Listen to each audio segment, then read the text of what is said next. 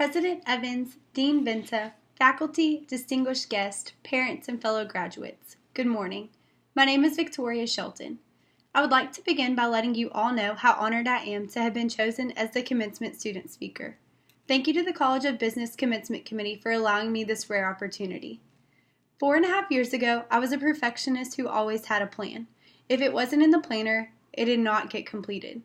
There has always been a schedule and a plan for what comes next. Of course, along with that comes the backup plan. Throughout high school, I was involved in sports, organizations, AP classes, and managed a part-time job. A plan was necessary to juggle everyday life. When high school came to an end, I knew college was what came next. Flashback to fall 2012, my first semester of college. For the first time in my life, I was unsure what path I wanted to take. I enrolled as an engineering major, then quickly decided it was not the route for me. My dad wanted me to be a geologist. My mom wanted me to be an attorney. I thought I might want to be a speech pathologist or maybe a math teacher. Through all of this, I stumbled upon finance, and it just felt like it was right.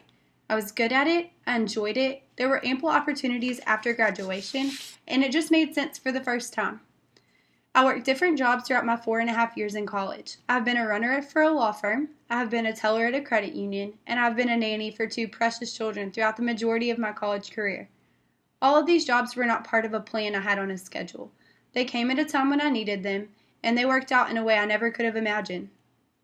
Among the graduates, there are students, friends, mothers, fathers, brothers, sisters, daughters, and sons, or a combination of those, that have managed to handle those responsibilities, and you all still made it to this point. No matter how long it took you to get here, you did it. You have overcome adversity, change, and failure over time as a student. That is something worth celebrating. With that being said, I'm going to offer some advice to my fellow graduates and myself. First, when things do not work out the way you imagined, it's okay. There are things in our lives that have worked out far better than we could have planned ourselves. Trust in that. Opportunities are rare.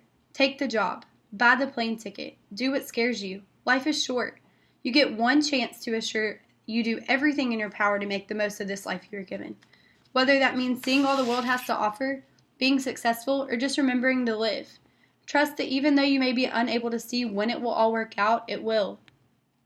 Next, embrace change. Our lives are about to change. Whether you are moving, switching careers, or unsure of what comes next, life is about to change more than ever before.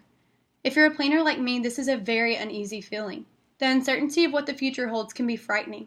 Find comfort in knowing that closed doors lead to opportunities, and each of these is part of a plan to get you where you are supposed to be. My last piece of advice is to enjoy the present. The work, time, and stress it took all of you to get here is worth recognizing. It is quite the accomplishment trying to maintain a 4.0, keep up with your social life, eat remotely healthy, have somewhat of a love life, pay rent, make sure your parents know you love them, and put a smile on your face while doing it. Celebrate with the people who helped you get where you are today. You all deserve it. Lastly, I would like to thank all of our professors who have molded and prepared us for the next chapter in our lives. Thank you, Dr. Newhouser, for assuring we had the knowledge necessary to go into the workforce. You challenged us, but we all know we were better for it.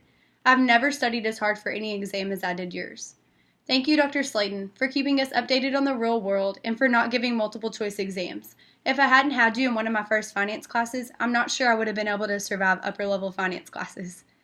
Thank you, Dr. Chin, for making sure we understand finance and for always being willing to go above and beyond to help us when we needed it.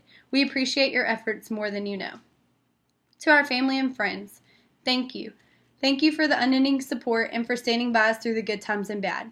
Thank you to our parents for the constant encouragement, love, and support. It would not have been possible without you all. And to my parents, Clint, Christy, Vicky, and Michael, thank you. Thank you for being my voice of reason, for letting me vent when I was stressed out, for being understanding, and for loving me always. Congratulations, class of 2016. Let the adventure begin.